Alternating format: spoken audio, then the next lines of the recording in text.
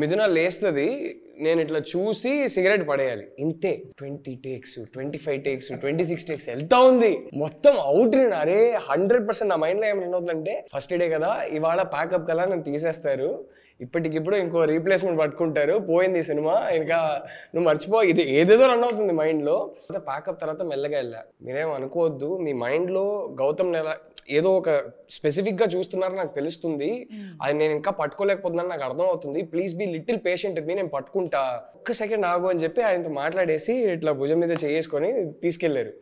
అరే నువ్వే గౌతమ్, నేను ఆల్రెడీ నీలో గౌతమ్ చూసేసా, ఓకే నువ్వు అవేం వరి కాకు.